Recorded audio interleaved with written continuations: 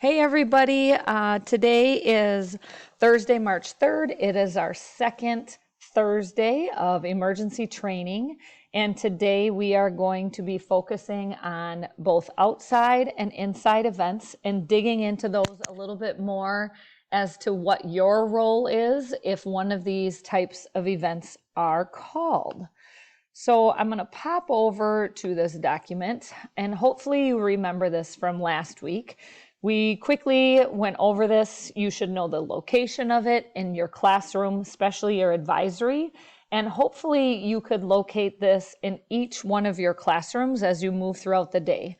So my encouragement is going out to all teachers that every hour you kind of remind students in each class where your emergency area is located in your room, where students can find this crisis response protocol, where you have your red and green signs, and where they would find that fire or evacuation map located in your room. So students, please remind your teachers if they aren't giving you this information, maybe you could just do a little shout out reminder to them.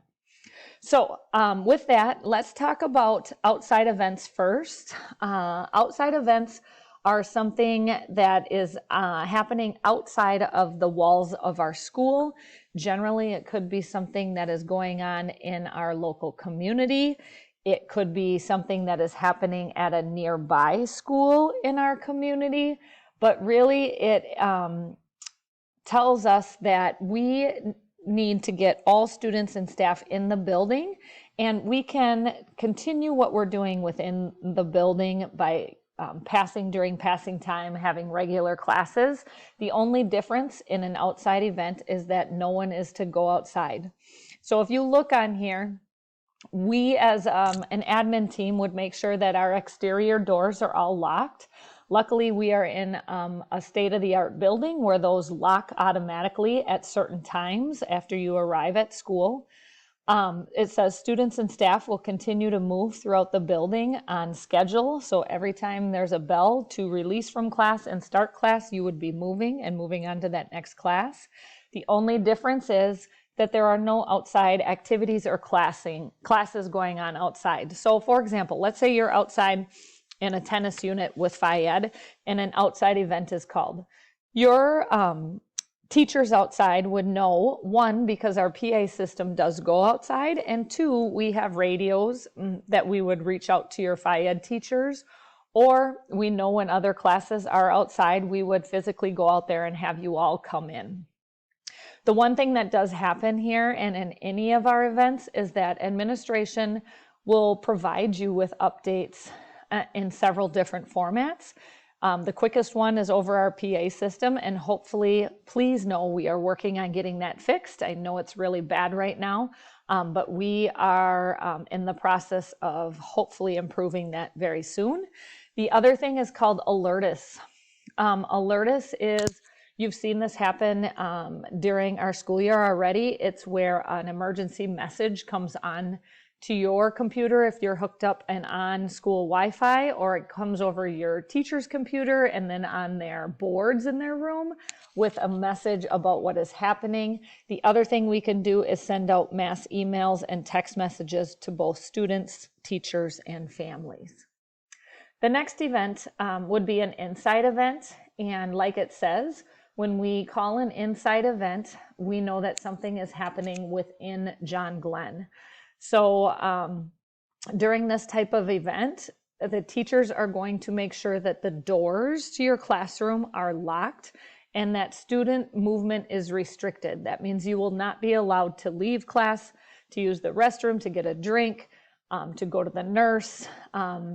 Normal class teaching can happen, so you can have normal conversation in class, you can be up moving around in your classroom, you just cannot leave those four walls of your classroom and go outside of that.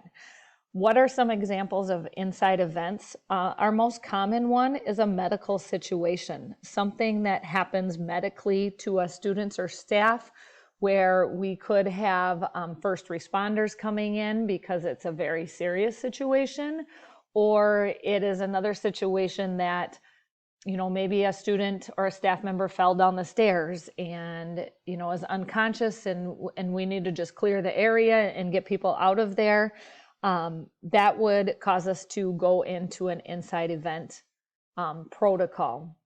So just remember, in this one, you're going to stay in your room. You cannot leave your room until an all clear is given.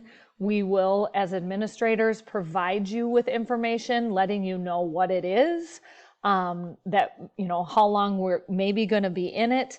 If it's coming up to a passing time or students going to lunch and we're not ready to have students in the hallway, we will come on and remind you that we are still in an inside event.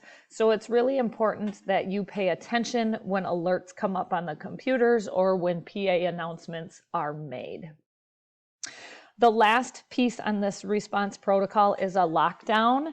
And a lockdown is kind of one of the most serious types of emergency responses that we work with. And so we are just going to get into that after we come back from spring break. So just know we'll dedicate about 3 weeks to working on and practicing lockdowns after spring break. Other than that, what we're going to do is I'm going to turn it over to your advisory teachers, and they're going to have some conversations with you. You're going to be kind of reflecting on some things that we should be doing as students and staff during both an outside and an inside event.